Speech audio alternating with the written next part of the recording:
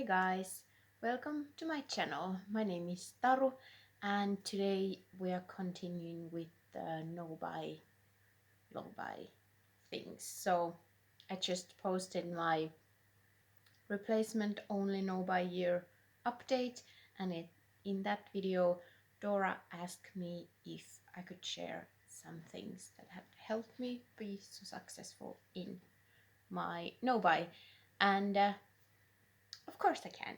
So here we are, and Dora is an amazing fellow panner. So if you have not checked out her channel, do that. I find her videos so calming and amazing. So she will be linked down below for you to check out. But yes, no buy. So I went on a replacement only no buy year for basically just makeup, because that was the only category that I felt was a problem for me.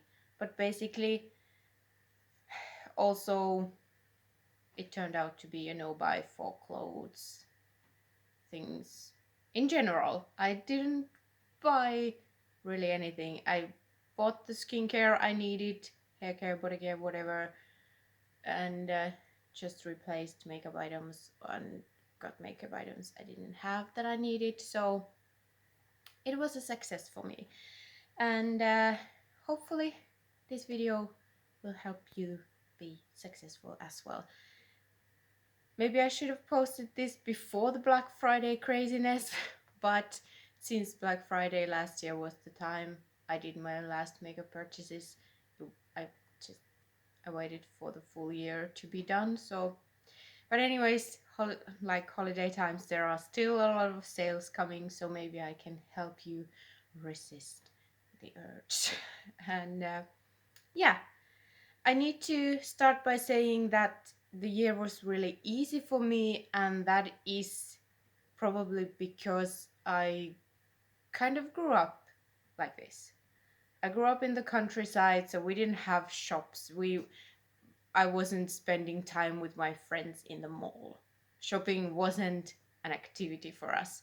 If we needed something, we had to go to the city. So when we did the trips to the closest or close by cities, it was because we needed something, and then we got everything we needed, went back. So it wasn't like I didn't grow up shopping, basically. And I've also been more like, thanks to my parents, more environmentally conscious. I studied biology, so I've always thought about just having what I need. Obviously I have more clothes than I need, but I also use them until they break. So that's kind of my mentality, to use everything as long as I can, as long as it's not usable, and then I replace it. Sometimes I treat myself for something that I don't need, but it hasn't never been a problem. I have too much yarn. I just bought yarn, even though I didn't have a project in mind, so I'm working on that in my yarnathon project plan. That's created by Andrea. Check her out as well. Um, but yeah, it's like, yeah, hasn't been in, like, huge issue in my life in general. So it was easy for me. I just got sick of this consumerism thing, so I just stopped. But when it came to makeup, I was kind of a late bloomer.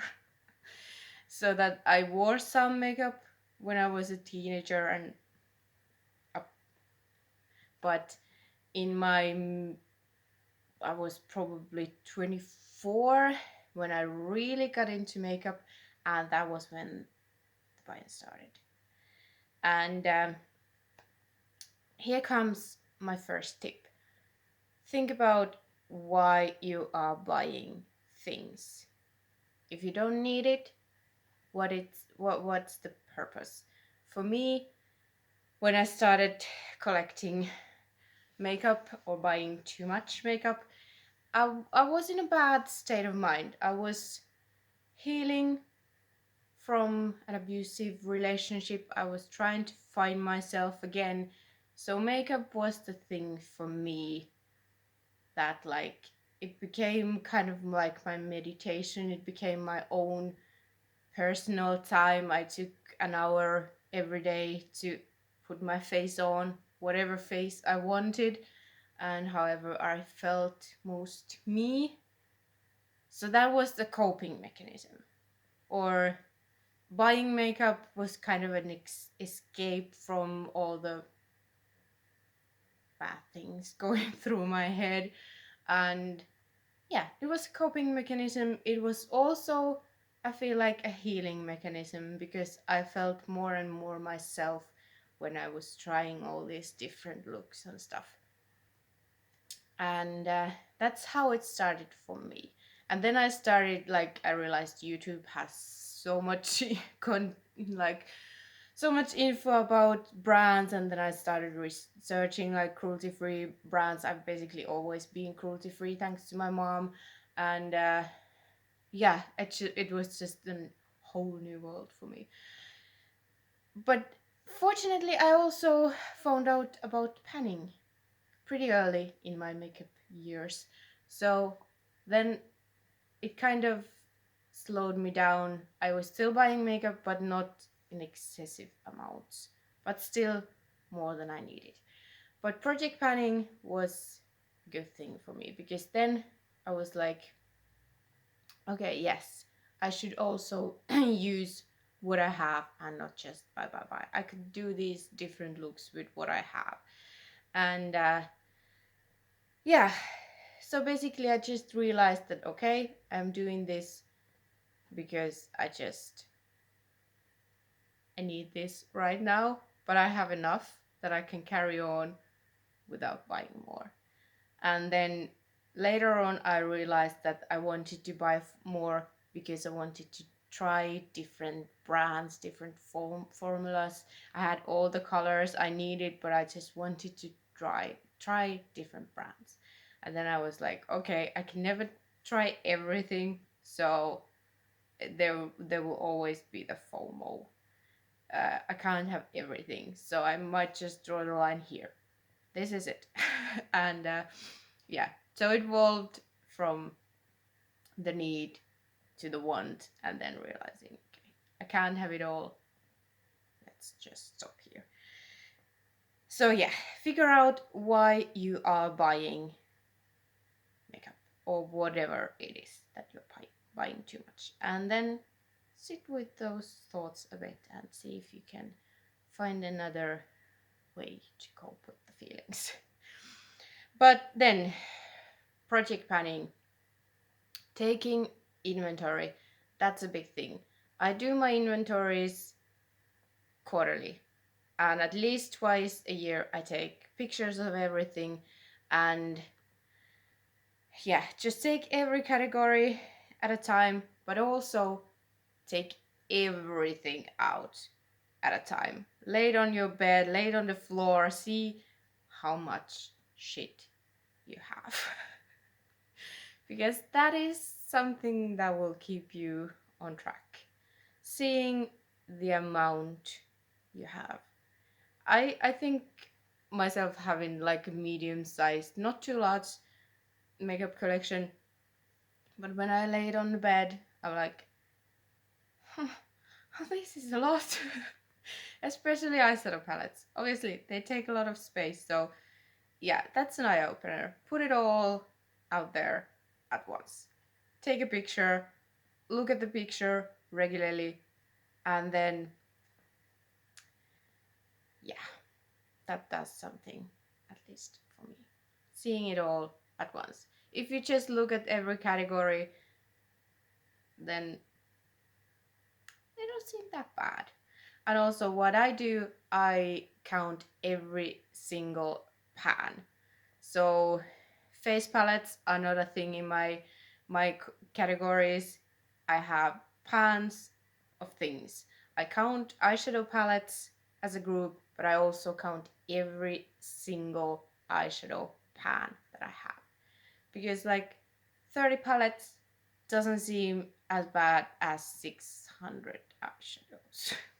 So that's a tip as well. And also, if you count lip products separately, count them also together. So if you have 20 bullet lipsticks, 20 lip pencils, 20 liquid lipsticks, doesn't sound too bad, but when you put it all together, 60, 70 lip products, that sounds a lot more than 20 each. So that's my tip for you.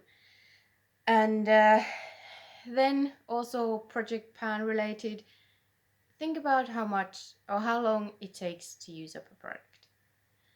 Most of you probably are project panners and you know it takes a lot longer than you think it is. Everyone has had the first panning year when you thought, I'm gonna use up this blush and this bronzer and these and these and these, and then the end of the year they're like, I barely hit pan on my blush. Yeah. Humbling, humbling. And then when you have an idea how long it takes, how many you maybe finish a year, then look at your collection again and try to imagine how many years it will take to use up everything. Yeah. Do you need more? I don't think so. If you have foundation for 20 years, you probably don't need more because is some of it is not gonna it's not gonna last 20 years. So they're gonna go bad.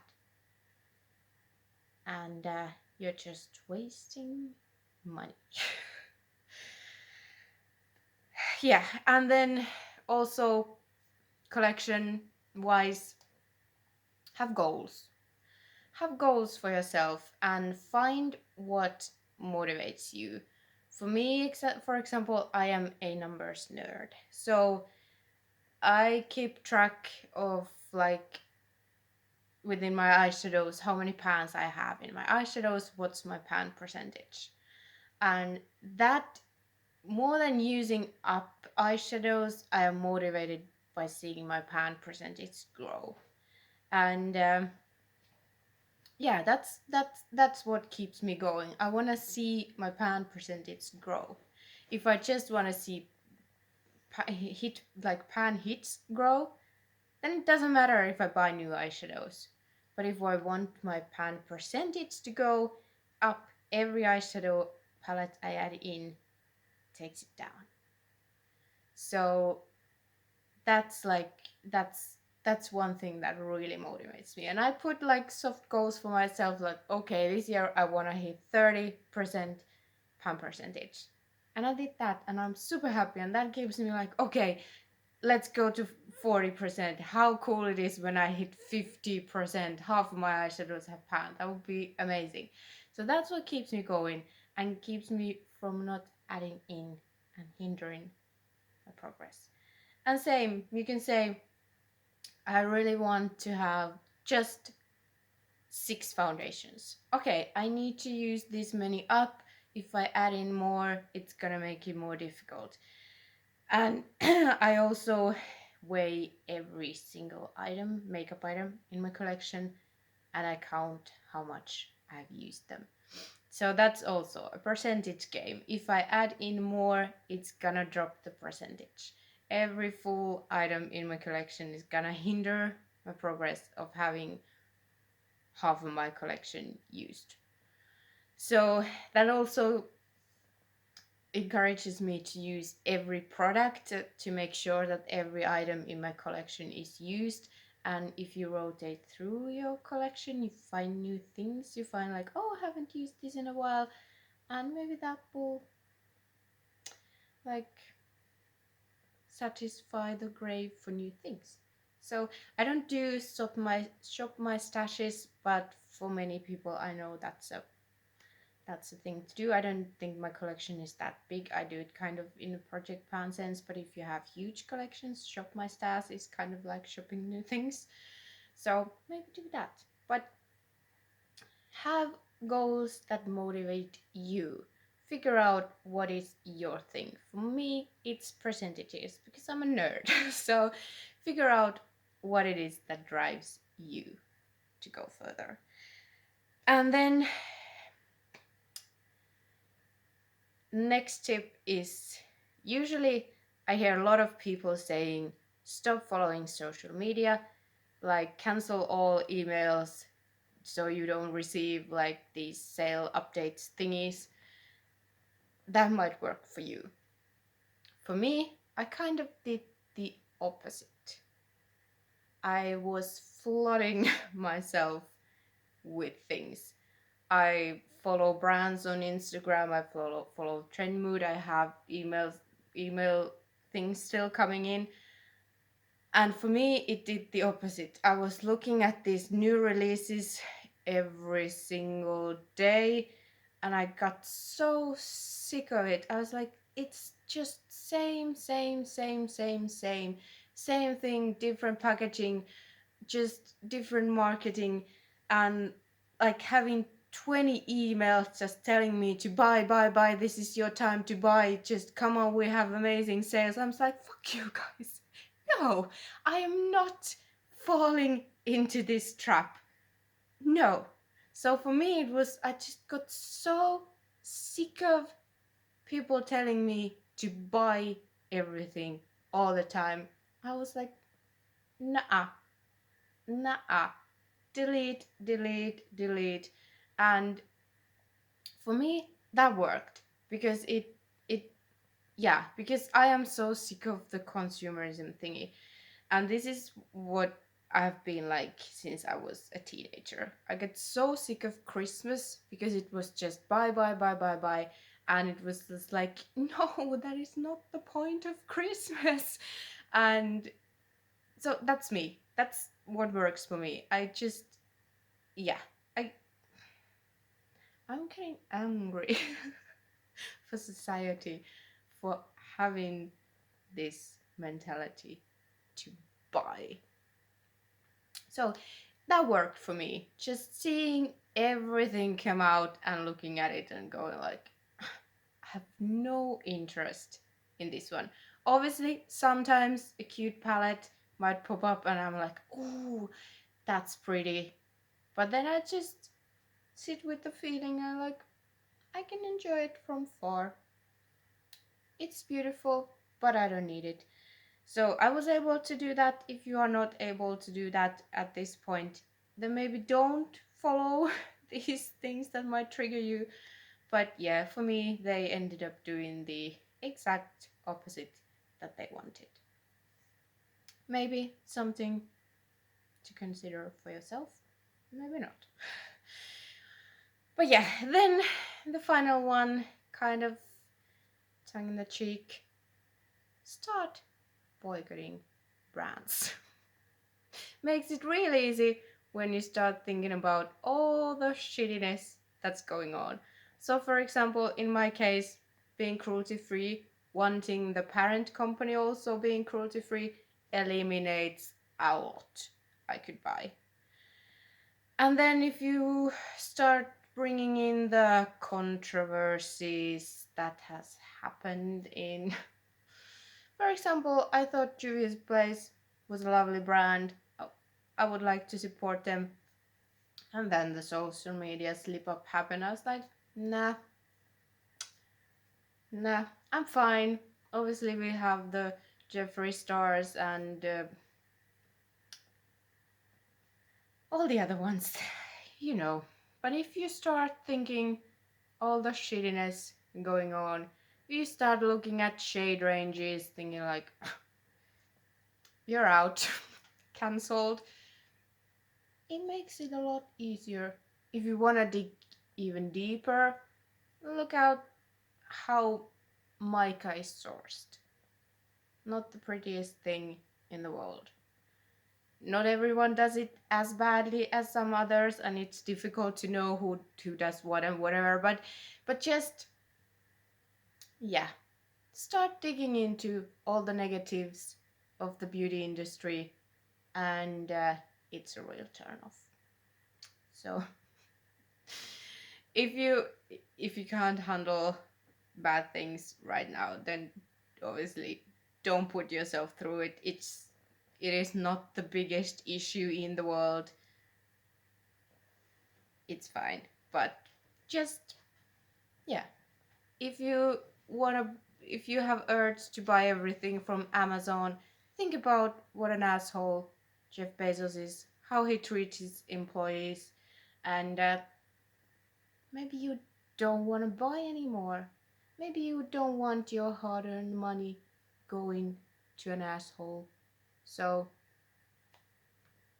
that helps me a lot. I was like, I'm not buying from you. Obviously, there are a lot of good small brands, and now it's easier to get a hold of them. So this obviously won't eliminate everything, but it helps. Looking at trend mood and seeing, yeah, I don't like this brand, I don't like this brand, I don't like this brand, they are all shit. So yeah, makes it really easy. I hope my tips were useful to you. Maybe they like got your brain turning and you found something else that would work for you, hopefully, maybe. But those were all of my tips. Thank you. It was a long video. I hope it was helpful, and yeah, it was good for me as well because I haven't like thought all of these at once. It's just something I do, so it was fun to put it all together, and hopefully it is helpful for someone. So thank you so much for watching, and next video we'll be back on the panning businesses. Thanks. Bye.